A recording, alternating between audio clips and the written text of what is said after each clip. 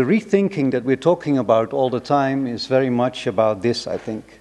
It's very much about not having to be getting rich first at the expense of the environment, at the expense of the planet, before you can be innovative, before you can reduce the effects of your growth, before you may have taken it too far to repair.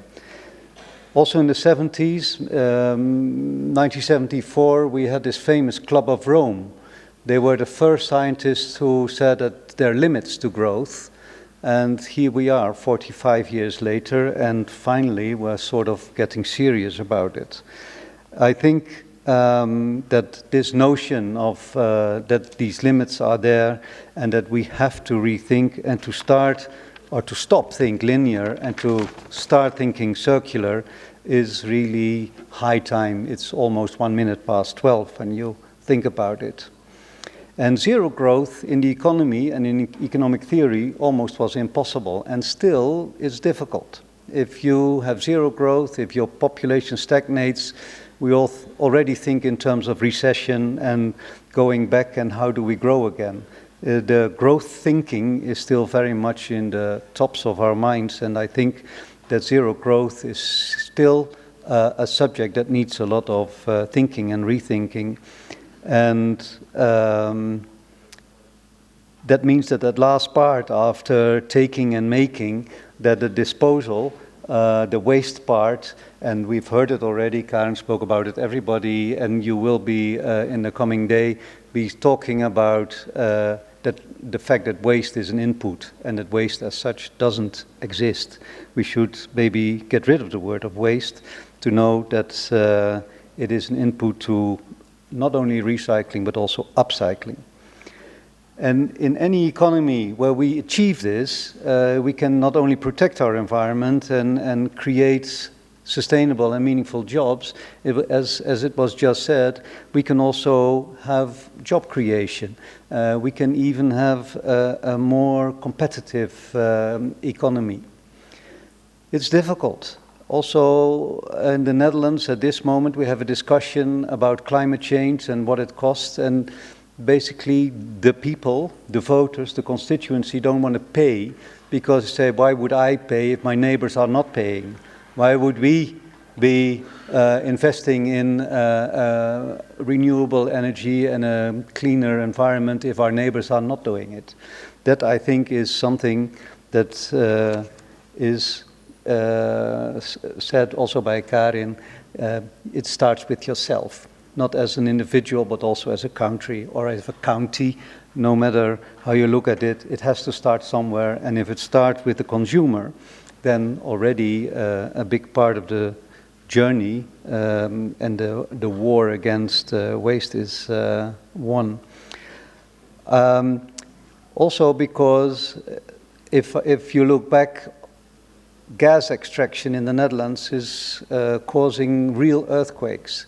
There are other, the plastic, well, it was in the song already mentioned, the plastics, it's biting in our tail. You enjoy growth, you enjoy the proceeds of your business, but then the bill is presented later on. We are not, let's say, in the Netherlands very far when it comes to renewable energy. We still have to close a few coal mines, and then I think we will be at par again with our ambitions. But when it comes to innovation, I think we are well ahead. By 2050, the Netherlands wants to have a circular economy, a completely circular economy, and there is a stand today, I hope you will be able to visit it, to see what the Netherlands circular hotspot is presenting in terms of solutions.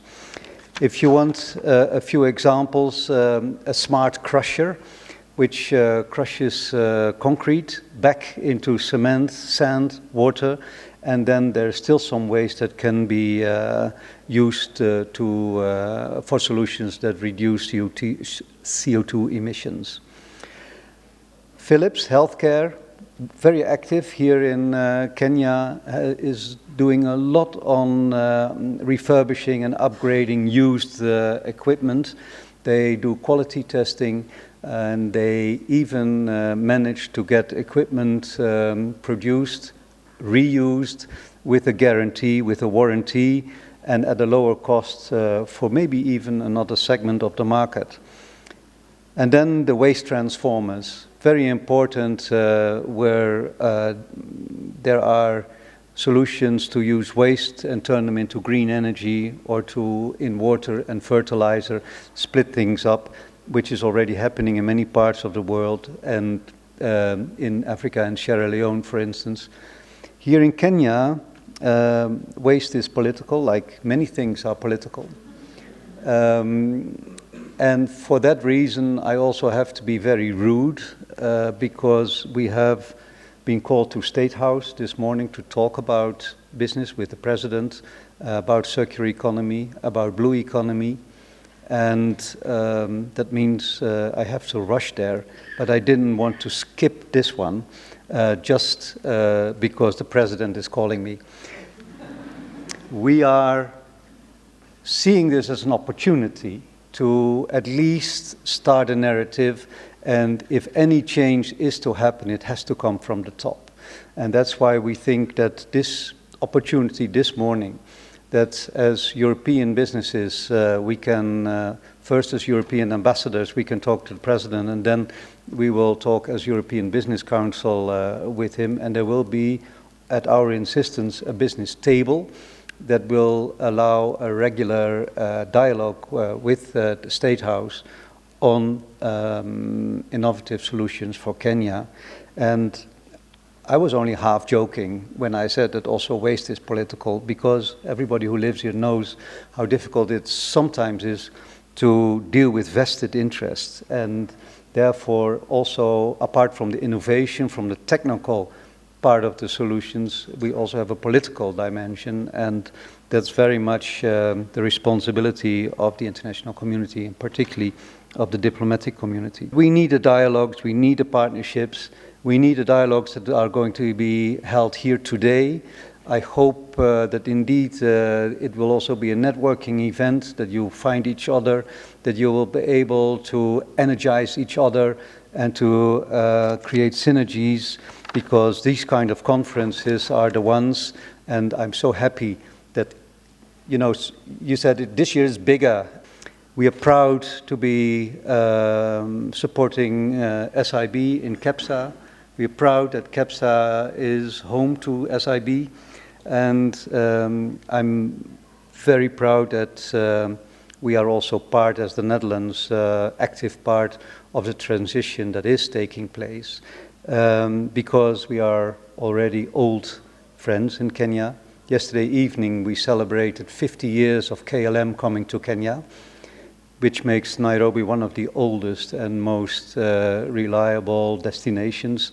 The slogan, I would say, we are maybe not only old friends, but we would like to be old friends but have new ideas. And like I said in the beginning, I'd like to make it a tradition to really think non-traditional, so that we can innovate and renew.